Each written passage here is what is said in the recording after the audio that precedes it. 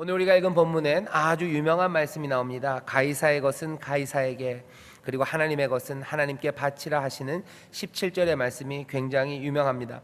오늘 우리가 읽은 성경 본문 마가복음 12장 13절부터 17절까지의 말씀을 본문으로 악한 의도를 깨뜨리는 놀라운 지혜라는 말씀 제목으로 말씀을 나누려고 합니다. 오늘 우리가 읽은 본문에 가이사의 것은 가이사에게 라는 말이 너무 유명하기 때문에요, 이 말이 교회 안에서 어떻게 사용되는지 우리 모두가 잘 압니다. 정교 분리라는 이야기들 들어보셨을 거예요. 정치 그리고 교회는 분리되어야 된다라는 말이죠. 그 말이 쓰이기 시작한 것은요, 중세 이후에 교회 권력이 굉장히 커집니다. 여러분들이 잘 아시는 피렌체에 있는 유명한 가문이 있죠. 그 메디치 가문이라는 가문이 있었고요. 또 메디치뿐만 아니라 이탈리아에 있는 꽤나 유력한 집안에서 교황을 만들어요. 교황을 만드는 이유는 교황이 되면 정치 권력을 쓸 수 있습니다. 갑자기 세계사 시간이 되는 것 같은데 신성 로마 제국 그런 얘기들입니다. 여러 나라의 교황이 힘을 발휘할 수 있어요. 황제를 세우기도 하고 폐위시키기도 하고 여러 가지 정책에 교황이 영향을 끼치죠. 그러니 유력한 가문들은요, 자기들의 자제들 아니면 자기들이랑 연관이 있는 사람들은 교황을 만들려고 애를 썼고, 또 교황들은 자기들의 힘을 가지고 정치 권력을 좌우하는 그런 일들이 중세 그 암흑의 시기에 있었습니다. 그 영향이 계속해서 내려와요. 여러분들 프랑스 혁명 생각나실 겁니다. 프랑스 혁명도 보면 1계급, 2계급, 3계급 그래가지고 그 계급에 뒤집는 일이 있는데요, 거기에 여전히 종교인들이 꽤나 높은 계급에서 자기들의 힘을 발휘했었습니다. 혁명이 일어나면서, 그리고 또 사람들이 점점 개화되어 가면서 종교는 정치의 영역에서 빠져야 된다고 생각하기 시작하는 거죠. 그러니 종교는 빠져라 하는 의미에서 정교 분리를 이야기하기 시작합니다. 종교의 이름으로 사람들을 탄압하고 종교의 이름으로 정치에 관여하는 그 일들을 막기 위해서 정교 분리라는 이야기를 했어요. 그러니 정교 분리라는 이야기 자체가 사실은 그리 오래된 이야기가 아닙니다. 예수님 당시만 해도 정교 분리, 여기에 대해서 생각해 본 적이 없어요. 로마의 황제는, 여기 나중에도 나오겠지만, 로마의 황제는요, 대제사장의 일을 거의 겸직합니다. 모든 종교적인 일, 신성한 일에 황제가 나서죠. 정교분리라는 개념 자체가 없습니다. 그러니 여기 가이사의 것은 가이사에게라는 이 문구를 정교분리를 가르치는 말씀으로 우리가 이해해서 이 말씀 그대로 세속의 권력은 세속에게 맡기고 종교는 종교의 일을 해야 된다라고 말하는 건 사실은 이건 시간에 맞지 않아요. 이걸 아나크로니즘이라 그러죠. 이 시간이 어긋난 겁니다. 이 당시에 없는 이야기들을 여기다 갖다 붙이는 거예요. 또 정교분리를 얘기하면서 사람들이 약간은 나쁜 방식으로 정교분리의 이야기를 사용합니다. 뭐냐면 불의한 권력들, 불의한 정치 세력들이 있는 곳에 대해서 뭔가를 말하려는 사람들의 입을 막는 방식이죠. 종교인들은 정치 아니면 세속의 권력이 잘못되더라도 거기에 대해서 말하지 말아라, 정교분리다라는 말로 어쩌면 예언자적인 사명을 감당하는 그 일을 가로막습니다. 하지만 그것도 성경의 시대 그리고 성경 말씀과는 거리가 멀어요. 우리가 알고 있는 모든 선지자들 그리고 그 예언자들은 그 백성들을 향하여 말했지만, 또 훨씬 더 많은 시간들 그리고 많은 분량은 그 왕들과 지도자들에 대하여 비판하고 그들이 잘못되었던 것들을 가르치는 그 일들을 합니다. 대제사장들에게, 권력을 가진 사람들에게, 그리고 왕에게 그 잘못들을, 그 예루살렘을 다스리는 모든 그 힘 있는 사람들 그리고 그 유사들에게 비판과 그리고 하나님의 심판과 경고를 전했던 것이 선지자입니다. 그러니 정교 분리라는 것은 교회 안에 그리고 또 이 성경 안에서 굉장히 낯선 개념입니다. 그렇다면 오늘 우리가 읽는 여기 이 본문 가이사의 것은 가이사에게라는 아주 뚜렷하게 우리에게 각인된 이 말씀을, 그리고 이 에피소드, 이 사건을 우리는 어떻게 이해해야 될지, 이 말씀이 우리에게 가르치는 교훈과 의미가 무엇인지 어쩌면 이 밤에 좀 다시 생각해야 됩니다. 오늘 말씀을 잘 읽어보면요, 그 의미가 우리 가운데 좀 그대로 드러납니다. 자, 13절 보시면 이렇게 되어 있어요. 저희가 예수의 말씀을 책잡으려 하여 바리새인과 헤롯 땅 중에서 사람을 보내매. 여기 바리새인과 헤롯 땅, 원래 서로 친한 사람들이 아닙니다. 헤롯 땅은요, 당시에 힘을 갖고 있던 로마에 부역하던 헤롯, 그리고 헤롯에 부역하는 사람들이에요. 그러니 기존 권력, 기존에 있는 그 부요함, 거기에 빌붙어 사는 사람들이 헤롯 땅입니다. 어떻게 보면 이 사람들은요, 그냥 기존의 질서가 유지되는 게 제일 좋아요. 거기서 콩고물을 얻어먹고 거기서 우위에 서고 그냥 그 현재 상황에 최적화된 사람들이 헤롯 땅의 사람들입니다. 바리새인은 좀 달라요. 이 사람들은 조금은 혁명적인 사람들입니다. 꼭 무력 혁명 아니면 무슨 폭력적인 혁명을 꿈꾸고 그것들을 시도하진 않지만, 이 헤롯과 그리고 로마가 붙잡고 있는 이 세상에서 이 유대인의 세상으로, 율법이 이제 다스리는 세상으로, 로마의 법이 아니라 하나님의 법, 율법, 장로들의 유전, 그것들을 따르는 유대인들, 그 유대인의 세상을 만들려고 하는 것들이 바리새인이죠. 그러니 바리새인과 헤롯 땅은요, 같이 친하게 지낼 수 없습니다. 헤롯 땅은 헤롯 땅대로 바리새인들을 비하하는 거예요. 저것들 뭔가 꿈을 꾸고 제대로 산다고 그러지만 사실은 제대로 못한다고 비난하고요. 바리새인들은 이를 갈면서 헤롯 땅을 무시합니다. 저 사람들은 유대인이라고 하지만 제대로 된 유대인들 아니에요. 저희들은 빛의 자녀가 될 수 없는 사람들이에요. 그러니 바리새인과 헤롯 땅은 늘 친하게 지낼 수 없었던 사람들이죠. 하지만 마가복음을 보면요, 마가복음 3장 6절에 그때 헤롯 땅의 사람들과 바리새인들이 하나가 되어 예수를 잡아 죽이기를 모의하기 시작한다고. 예수님께서 그 안식일에 병자들을 고치시고 그리고 금식에 관하여, 안식일에 관하여 이야기하는 것들을 듣고 바리새인들이 마음을 돌립니다. 헤롯 땅은 언제든지 뭔가 지도자들이 설 때마다 늘 죽이려고 해요. 왜? 자기들의 기존의 질서에 반대하는 어떤 힘이라도 누르려고 하는 거죠.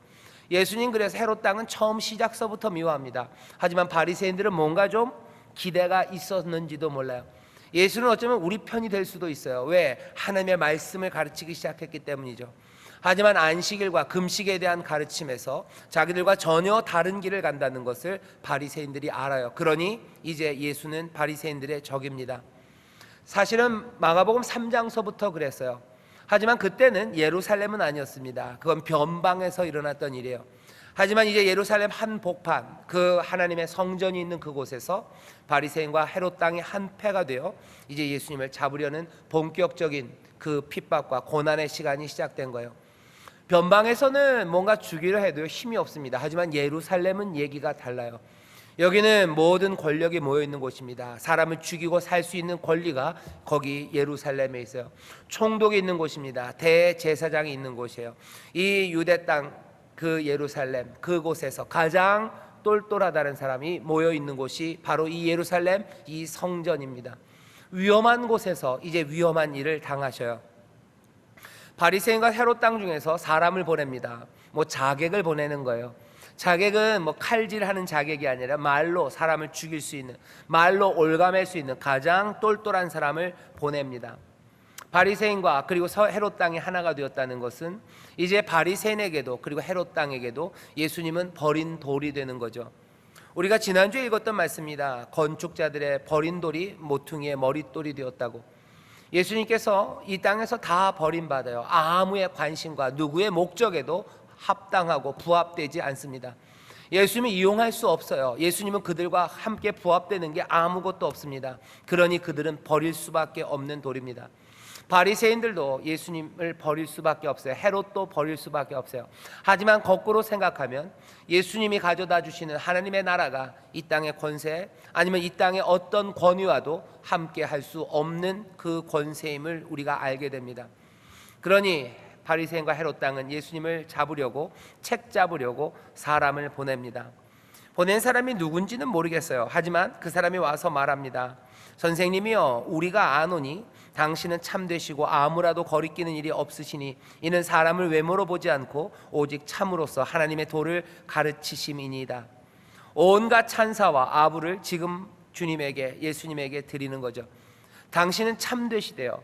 당신은 거리낌이 없으시대요. 사람을 외모로 판단하지 않으신대요. 당신은 무슨 말이든지 겁없이 하신대요. 그러니 뭐하는 거야? 겁내지 말고 그냥 속에 있는 얘기를 확 해버리라는 거죠. 부추기는 겁니다. 헛거리낌 없이 말해보시라. 지켜 세우더니 결국은 흥분시켜 놓는 거예요. 마음껏 부추겨 놔서요, 숨기지 못하게, 도망가지 못하게 만들어 놓고서 갑자기, 요즘식으로 말하면 갑툭 튑니다. 갑자기 칭찬하더니 아닌 밤중에 홍두깨처럼 난데없는 질문을 쏟아냅니다. 가이사에게 세를 바치는 것이 가하니까. 여러분들 16절, 14절이죠. 14절 보면 굉장히 어색해요.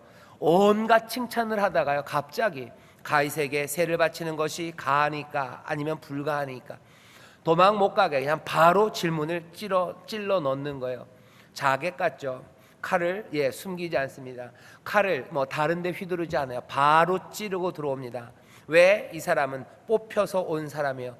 책 잡으려고, 예수님 잡아 넣으려고, 어쩌면 가장 날카롭게 말하는 사람, 그리고 가장 비열하게 말하는 사람을 보냈어요.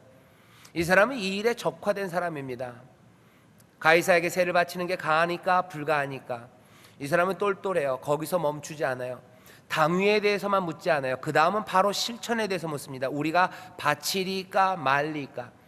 피할 수 있는 방법은 있죠. 안 바치는 게 옳지만 그래도 바쳐라 라고 얘기할 수 있어요. 그러니 아예 처음 이론서부터 따지는 거죠. 가이사에게 바치는 게 옳습니까? 그릅니까? 옳고 그름에 대해 물어봐요. 그리고 우리가 진짜로 바쳐야 됩니까? 바치지 않아야 됩니까? 라고 구체적인 그 실천에 관해 물어봅니다. 빠져나가지 못하게 하는 거예요. 이 질문을 해놓고 이 사람은 희희낙낙했을 겁니다. 이제는 이 예수님이 빠져나갈 곳이 없어요. 딜레마예요. 딜레마에 완전히 가둬놨다고 생각하는 거죠. 그리고 스스로 잘난 줄 압니다. 가이사에게 세금을 내는 것이 옳다라고 말하면 어떻게 됩니까? 예수님은 유대 그 가난했던 그 백성들의 배신자가 되는 거예요. 뿐만 아니라 하나님을 배신하는 게 됩니다. 가이사에게 바친다고? 그러면 금방 비난할 수 있어요. 바리새인식으로 비난할 수 있습니다. 너 하나님을 배신하는 거냐라고 얘기하는 거죠. 그리고 사람들은 그렇게 생각할 거예요. 소위 민중이라는 사람들, 예수님도 별것 아니구나, 뭔가 로마와 싸울 사람이 아니구나, 로마를 그냥 따르자고 얘기하네 라고 그렇게 실망했을 겁니다. 반대로 세금을 내지 말라고 얘기했다면, 가이사에게 바치지 말라고 얘기했다면 민중들, 백성들은 환호했을 거예요. 하나님의 말씀대로 살자고 하는 걸 거예요. 하지만 헤롯 땅은 씩 웃는 거죠. 이제 너는 끝났어요. 로마의 총독에게 이르기만 하면 돼요. 여기 갈릴리에서 온 대단한 선생 하나가 사람들을 선동하며 다니던 이가 이제는 뭘 선동한다고요? 로마의 세금을 바치지 말라고 선동하고 다닌다고 신고하면 돼요. 이건 반역입니다. 사람들이 서로 사랑하고 약간 불쌍히 여기기 때문에 이런 가르침이 있어도 신고 안 할 거예요. 하지만 이건 상황이 달라요. 죽이려고 담밀려 드는 겁니다. 신고할 겁니다. 헤롯 땅이 자기들이 갖고 있는 모든 인맥과 그 루트를 통해서 빌라도에게 바로 갈 겁니다. 딜레마예요. 딜레마를 만들어 놓고 함정에 몰아넣었다고 생각하는 이 사람의 질문, 이 질문 앞에서 예수님이 하시는 대답이 있습니다. 결론부터 말하면 마지막 17절에 이렇게 돼 있죠. 저희가 예수께 대하여 심히 기이 여기더라. 놀랄 만한 이야기를 예수님이 하십니다. 놀랄 만한 이야기의 시작은 이렇게 돼요. 예수께서 그 외식함을 아셔요. 꿰뚫어 보십니다. 그리고 이르시되 어찌하여 나를 시험하느냐. 그 다음에 데나리온 하나를 가져다가 내게 보이라 얘기하셔요. 예수님이 데나리온 하나를 가져오래요. 동전을 가져와라 라고 얘기하십니다. 이건 그냥 동전이 없어서는 아닌 것 같아요. 우리가 좀 알아야 되는 게, 오늘 본문을 이해하기 위해서는요, 조금 배경을 두 가지는 알아야 됩니다. 첫 번째는 여기 데나리온, 이 당시에 쓰였던 이 동전이요, 어떤 모양으로 생겼는지 우리가 좀 알아야 돼요. 지금도 동전을 보면 500원짜리에 뭐가 있죠? 이런 500원짜리에 뭐가 있고 10원짜리에는 이렇게 탑이 있고 그렇습니다. 이 동전에는요, 황제를 새겨놨어요. 황제 티베리우스가 그 동전에 새겨져 있습니다. 그리고 그 앞뒤로 하나님의 신의 아들이에요. 아우구스투스 신의 아들 이렇게 써놓고요. 뒤에는 로마의 대제사장이라는 말이 쓰여져 있어요. 그 동전 자체가 이스라엘 사람들, 유대인들에게는 굉장히 불경스럽습니다. 왜냐하면 이스라엘은 우상을 만들지 않아요. 어떤 것도 살아있는 것, 당연히 사람의 상을 만들지 않습니다. 그것이 부조여도 마찬가지예요. 입상, 그냥 3차원이든 아니면 2차원 벽에 붙여있는 거건 이스라엘 유대인들은 상을 만들지 않아요. 어떤 우상, 새긴 우상 만들지 말라는 십계명 때문에 이스라엘 사람들은 만들지 않습니다. 심지어는 식물들을 조각하는 것, 그것에 대해서도 논쟁이 있을 판이에요. 사람은 당연히 만들 수 없습니다. 사람을 새겨놓은 동전은요, 그래서 불결해요. 유대인들은 성전에서 하나님 앞에 바칠 때 그래서 이 통용되던 로마의 동전을 바칠 수가 없었습니다. 그러니 성전에는 동전 바꾸는 사람들이 있었던 거예요. 사실은 그 동전을 바꾸면서요, 사람들이 프리미엄을 붙이는 거죠. 거기에 1데나리온을 가져오면요, 1데나리온의 값어치보다 더 적은 양으로 돈을 만들어서 자기들의 이익을 취해요. 성전에 돈 바꾸는 사람이 있었던 건 그런 이유입니다. 예수님이 이 유대인이었을 겁니다. 분명히 어쩌면 바리새인이고 헤롯 땅의 사람이고 그 사람들에게 얘기하는 거예요. 가서 동전을 가져오래요. 만지기 싫은 겁니다. 사실은 이 사람들 그 동전 잘 안 만져요. 그런데 너 그거 가서 가져오라고 지금 얘기해요. 어쩌면 그 가져오라는 말에 이 사람들 당황했는지도 몰라요. 예수님은 지금 거꾸로 이 보내진 자객이 예수님을 당황하고 예수님을 함정에 몰아넣으려고 하는데 단박에 예수님은 그것들을 뒤집어 넣으셔요. 당황하기 시작하는 사람들은 여기 온 사람들입니다. 가서 동전을 가져오래요. 안 가져올 수는 없습니다. 가져와야 되죠. 여기 이 동전, 만지기도 싫어했던 이 동전을 가져오게 하시고 그리고 묻는 거죠. 이 화상과 이 글이 네 것이냐? 가로되 가이사의 것이니이다. 동전을 가져오라는 이 질문에 이 세금을 내라 내지 마라 하는 이 대답이 함정에 빠뜨려지는 건 당연해요. 하지만 예수님은 거기서 이상한 대답을 하십니다. 가이사의 것은 가이사에게라는 대답이에요. 이 대답은 아까 얘기했죠. 제가 이 말씀을 이해하려면 배경 두 가지를 알아야 되는데, 하나는 동전의 모습이에요. 그리고 또 하나는 그 당시에 유행했던, 아니면 그 당시 모든 사람들이 알고 있었던, 마음에 새겨졌던 문구 하나입니다. 이스라엘이, 여기 있는 이 백성들이요, 이 유대인들이 예수님 당시에 예루살렘에서 살고 그 팔레스타인에서 살았던 사람들은 아픔이 있었던 사람들입니다. 근 600년 정도를 포로로 잡혀갔던 그 슬픔의 역사를 가졌던 사람이에요. 바벨론에게 패배돼서요, 온갖 곳으로 다 흩어졌다가 조금씩 다시 모아진 사람들입니다. 다시 그 땅으로 돌아왔을 때 그 땅에서 위대한 왕, 그런 것들을 세울 수 없었어요. 여기 바벨론은 멸망됐지만 그 나중에 세워진 여러 왕조들이 그 땅을 차지하고 그 유대인들을 핍박합니다. 유대인이 지켰던 그 율법들을 무시하고요, 유대인이 가졌던 그 자부심을 뭉개기 위해서 그 땅을 지배했던 권력들은요, 유대의 모든 종교적인 것들을 다 무시해요. 돼지를 먹지도 못하는 그들에게 돼지의 피로 제단에 뿌리기도 하고요, 안식일 지키지 못하게 하고 온갖 방식으로 유대인들이 지켰던 그 종교적인 규례와 법도를 다 깔아뭉개서요. 그러다가 예수님이 태어나시기 한 160년 전쯤 마카비라는 사람이 일어납니다. 그 형제들이 일어나요. 그래서 자기들을 힘들게 했던 그 시리아인들을 다 쫓아내는 혁명을 만들어내요. 그때 유명했던 마카비가 했던 말 중에 하나가요, 이런 말입니다. 이방인들에게는 응당의 몫을 주고 그리고 우리는 율법의 명령에 순종한다라는 혁명의 구호예요. 이방인들에겐 그들에게 합당한 걸 주어라, 그리고 우리는 율법을 지킨다라는 혁명의 구호를, 기치를 내걸었죠. 근 100년간 마카비가 만들었던 그 왕조가, 유사 왕조죠, 왕조가 이어옵니다. 그러다 로마에 깨지는 거죠. 이스라엘 사람들, 특별히 유대인들의 마음에는요, 그 마카비의 이야기가 남아 있어요. 적어도 예수님 태어나기 한 60년, 70년 전쯤 우리가 반짝하고 독립했던 그 시기에 들려왔던 그 외침은 이방인들에게는 응당한 몫이에요. 복수입니다. 이방인들에게는 그들의 것을 주래요. 그들이 폭력을 우리에게 줬으니 그들에게 폭력을 돌려주라고, 그 말이 유대인의 모든 청년들 그 마음에 남아 있습니다. 그리고 우리는 율법의 명령을 순종한다고 마카비가 했던 그 말이 있습니다. 이 말을 기억한다면 예수님께서 여기서 하셨던 가이사의 것은 가이사에게, 하나님의 것은 하나님에게라는 말이 여기 마카비의 그 표를 닮아 있음을 알아요. 전반부입니다. 이방인에게는 그들에게 합당한 것을, 그리고 우리는 율법을 지켜요. 가이사의 것은 가이사에게 줘요. 그리고 하나님의 것은 하나님에게 드려요. 거의 같은 운율로, 같은 형식으로 유대인들의 마음에 있던 그 이야기를 던져내는 겁니다. 여기 예수님을 올가매려고 왔던 사람들은 두 가지 목적을 하는 거죠. 하나는 예수님을 이 백성들의 마음에서 떼어내든지, 아니면 어떻게 하는가요? 이 헤롯에게로 가져다 주든지요. 로마에 넘겨주든지, 아니면 백성들에서 떼어내든지. 결국은 백성을 잃게 만들든지 생명을 잃게 만들든지, 그래서 예수님이 얘기하셨던 하나님의 나라, 그것들을 무너뜨리려고 합니다. 예수님이 하신 말을 그러면 지금 얘기했던 그 동전에 관한 이해와 그리고 마카비가 했었던 그 표, 그 두 개를 들고 이해하기 시작하면 이런 의미가 예수님의 말씀에 있는 것 같아요. 가이사의 것은 가이사에게 줘라 하는 그 말은 그냥 세금을 바쳐라 라는 의미가 분명히 있죠. 그러니 로마에 책 잡힐 일도 아닙니다.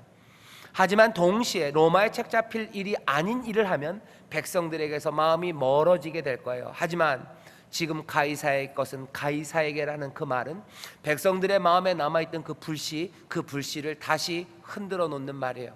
들었던 말입니다. 어디선가 이방인들에게는 그들의 것을 가져다 주려는 거예요. 이방이 폭력을 했으면 폭력을 가져다 주려는 거예요. 가이사의 것, 결국 동전 가져와 봐라, 그거 추한 것 아니냐는, 그거 더러운 것 아니냐, 하나님의 신상 하나님만 섬겨야 되는 우리에게 그것들은 더러운 물건 아니냐, 더러운 물건, 더러운 것 그 주인에게 돌려줘 버리라는 거죠. 이건 경멸의 느낌입니다. 경멸의 느낌이에요. 그러니 백성들이 그 얘기를 듣고서 예수님에게서 마음이 돌아설 건 아니에요. 아, 예수님 로마 싫어하는구나요. 세금을 내라는 의미가 있습니다. 그러니 로마가 책 잡힐 거 없어요. 그러면서도 백성들의 마음에서 떠나지 않아요. 가이사의 것은 가이사에게 줘버려라는 거죠. 그 더러운 거, 더러운 이들에게 돌려줘버리라는 거죠. 경멸합니다. 그 로마에 대해서 아부하지 않아요. 그러니 백성들의 마음이 떠날 리가 없습니다.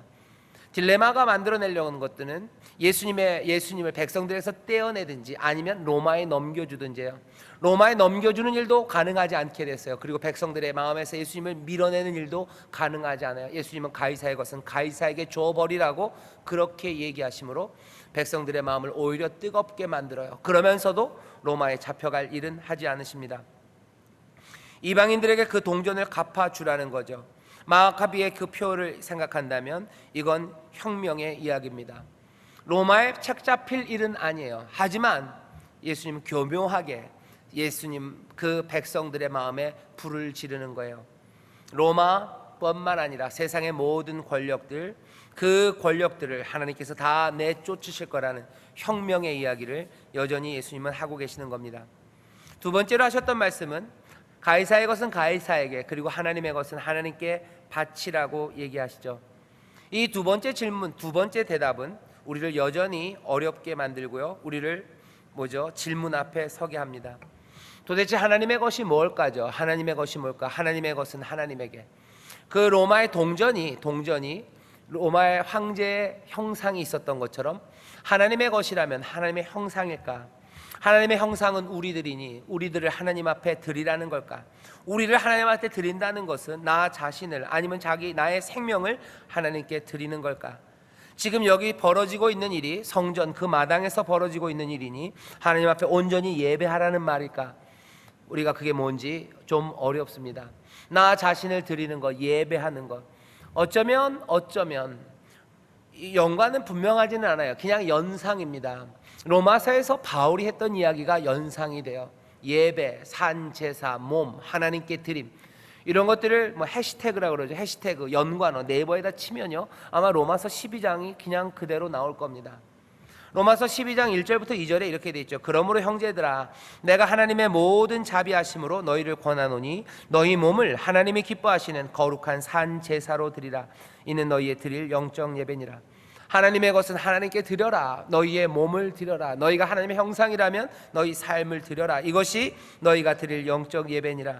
너희는 이 세대를 본받지 말고 오직 마음을 새롭게 함으로 변화를 받아 하나님의 선하시고 기뻐하시고 온전하신 뜻이 무엇인지 분별하도록 하라. 아마 이 말씀이 우리에게 연상이 되게 하시는 그 본문이 오늘의 이 본문일 겁니다. 적어도 오늘 가이사의 것은 가이사에게, 하나님의 것은 하나님께 바치라 하는 이 말씀이 아까 처음에 말씀드린 것처럼 정치와 종교 두 영역을 분리하라는 이야기는 아니에요. 아예 그 생각은 지워버리는 게 맞습니다. 아예 그 생각은 뒤로 떼놓으세요.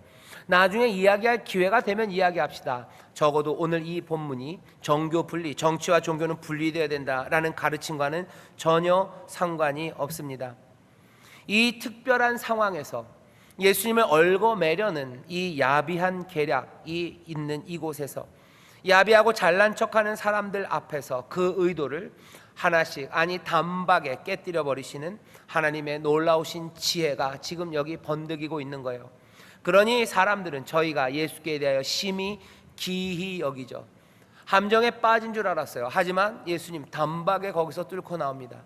오히려 함정에 빠뜨렸던 그 사람들을 당황하게 하고요, 그 사람들을 부끄럽게 만들고 사람들의 지지를 이끌어내어 사람들의 마음을 뜨겁게 합니다. 그러면서 유유히 다른 가르침으로 넘어가시는 겁니다. 그러니 본문이 보여주는 거, 우리에게 알려주는 건 이런 거죠. 잔머리 쓰는 사람들이 우리 주변에 많아요. 판에 박힌 양자택일의 질문들이 우리에게도 다가옵니다. 하나님이 우리를 사랑하시냐 아니냐 뭐 이런 이야기를 해요. 뭐 여러 가지 믿음의 사람들을 함정에 몰아넣는 양자택일의 질문들이 우리 가운데 옵니다. 여러 가지 문제들이 우리 가운데 좀 있죠. 예를 들면 뭐 동성애 문제가 굉장히 심각해요. 동성애, 하나님이 뭐 사랑 아니시냐, 온갖 이야기들로 우리의 신앙 흔들어 놓으려는 시도들이 있습니다. 그런 판에 박힌 질문들, 그 질문들이 우리 가운데 있음을 기억하셔요. 하지만 예수님께서 지혜로 그들을 오히려 당혹하게 하고 그들을 놀라게 했던 것처럼 우리도 이 시대에 기도해야 될 일은 하나님의 지혜입니다. 사도행전을 보면 또 예수님도 미리 말씀하시죠. 너희가 세상의 권세자들 앞에 설 거래요. 그리고 너희들이 질문 받을 거랍니다. 그 질문이 때로는 폭력과 함께, 그리고 당혹하게 하는 함정과 함께 너희들에게 올 때 너희들 두려워하지 말아라. 성령께서 너희가 무슨 말을 해야 될지를 알리신대요. 오늘 이 시대에는요, 하나님의 사람들, 성령의 지혜가 필요합니다. 성령의 지혜를 우리가 받아야 세상에 이 함정에 빠뜨리는 질문들에서 벗어날 수 있어요. 오히려 기이 여김을 받으며 하나님의 능력을 증거할 수 있습니다. 그러기 위해서는 기도하셔야 돼요. 도우심을 기도하십시오. 지혜를 구해야 됩니다. 베드로는 우리에게 그렇게 권면해요. 너희들 나중에 사람들 앞에, 그 권세들 앞에 설 때 무슨 말을 해야 될지 두려워할 뿐만 아니라 너희들이 무슨 말을 해야 될지 준비하라고도 하셔요. 지혜를 달라고 하셔요. 그 당장의 상황에서 지혜를 달라고도 하시지만 그 당장의 상황뿐만 아니라 우리를 얽어매는 여러 가지 질문들에 대답할 준비들을 하셔요. 조금 고민하십시오. 세상이 묻는 난처한 질문들이 뭘지 미리 생각하셔요.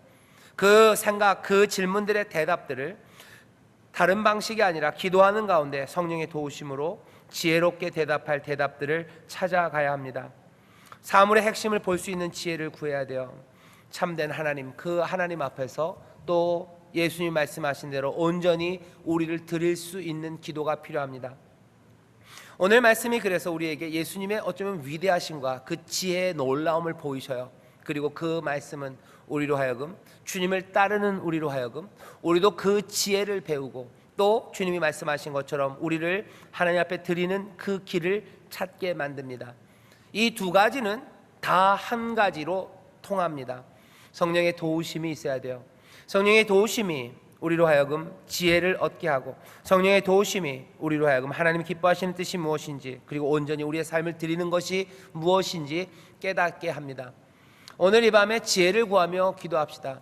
어려운 순간 하나님 지혜를 달라고 기도하시고, 세상에 묻는 질문에 준비할 지혜를 달라고 기도하셔요. 그리고 또 더 중요한 것은 우리의 몸을 하나님 것을 하나님께 바치기 위해서 하나님의 선하신 뜻, 우리가 따라야 될 그 길이 무엇인지 성령님 우리에게 보이시고 가르치시라고 기도해야 됩니다. 성령님이 우리를 인도하실 거예요. 성령님이 우리에게 지혜를 주실 겁니다. 그러지 않으면 세상은 우리를 넘어뜨리려는 악한 이들과 그리고 야비한 말들이 우리를 올가맬 겁니다. 거기에 잡히지 않기를, 또 거기에 넘어지지 않고 당황하지 않기를, 오히려 세상을 당황케 하는 하나님의 능력과 지혜로 쓰임받기를 우리가 바라고 또 소망합니다. 이 지혜는 우리뿐만 아니라 우리의 자녀들에게 이 지혜가 있기를 바랍니다. 왜? 우리의 자녀들은 우리보다 훨씬 더 많은 이 질문들 앞에 서게 될 겁니다. 우리의 자녀들은 훨씬 더 많은 시간을 하나님 앞에 자기의 삶을 드리는 그 일을 하게 될 거예요.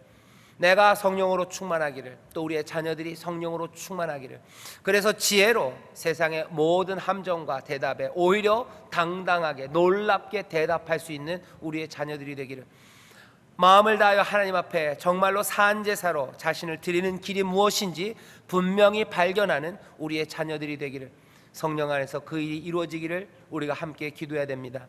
오늘 이 밤에 그래서 이 멋진 예수님을 기억하면서요, 우리도 예수님 닮기를 기도합시다. 예수님처럼 지혜롭기를, 예수님처럼 그렇게 하나님 앞에 모든 것들을 산제사로 드려지는 삶이 되기를, 그 일을 위해서 성령님 우리를 도우시기를, 나뿐만 아니라 우리의 자녀들도 그렇게 지혜롭게 당당하게 그렇게 아름답게 하나님 앞에 드려지게 되기를, 그렇게 기도할 때 성령님께서 기뻐하시며 우리와 우리의 자녀들에게 놀라운 지혜와 그리고 헌신의 그 길을 알리시고 또한 보이실 줄 믿습니다. 오늘 설교의 제목이요, 악한 의도를 깨뜨리는 놀라운 지혜가 저와 여러분 그리고 사랑하는 우리의 자녀들에게 넘치기를 주의 이름으로 축원합니다. 기도하겠습니다. 하나님, 세상에 하나님의 일을 가로막으려는 악한 것들이 교묘한 말과 함정으로 우리를 올가매려 하고 꼼짝 못하게 합니다. 주여, 당황스러울 때가 얼마나 많은지 모릅니다. 하지만 우리가 마땅히 해야 될 말과 지혜로운 말을 성령님이 준비하시고 또 우리를 그리 준비되는 길로 인도하실 줄 믿사오니 아버지 하나님, 비둘기처럼 순전하고 또 뱀처럼 지혜로운 하나님의 자녀들이 되게 하여 주옵소서. 하나님, 기도합니다. 하나님의 것을 하나님께 바치라 하셨습니다. 우리의 몸을 거룩한 산제사로 하나님 앞에 드리는 자들이 되기 원합니다. 하나님의 기뻐하시는 뜻이 무엇인지 분별하기를 원합니다. 성령님, 우리와 함께 하셔서 또 그 진리 가운데로 인도하시고 참된 길로 인도하셔서 어찌할 바를 모르는 이들이 아니라 정말로 마땅히 드려야 할 그 길을 분명히 발견하는 우리들 되게 하시고, 특별히 우리의 자녀들이 주여 그 길을 정말로 어려서부터 찾아 한 걸음 한 걸음 주님과 동행하며 복된 생명을 누릴 수 있도록 성령님 역사하여 주시옵소서. 감사드리며 예수님 이름으로 기도하옵나이다. 아멘. 오늘 이 시간에 기도하실 때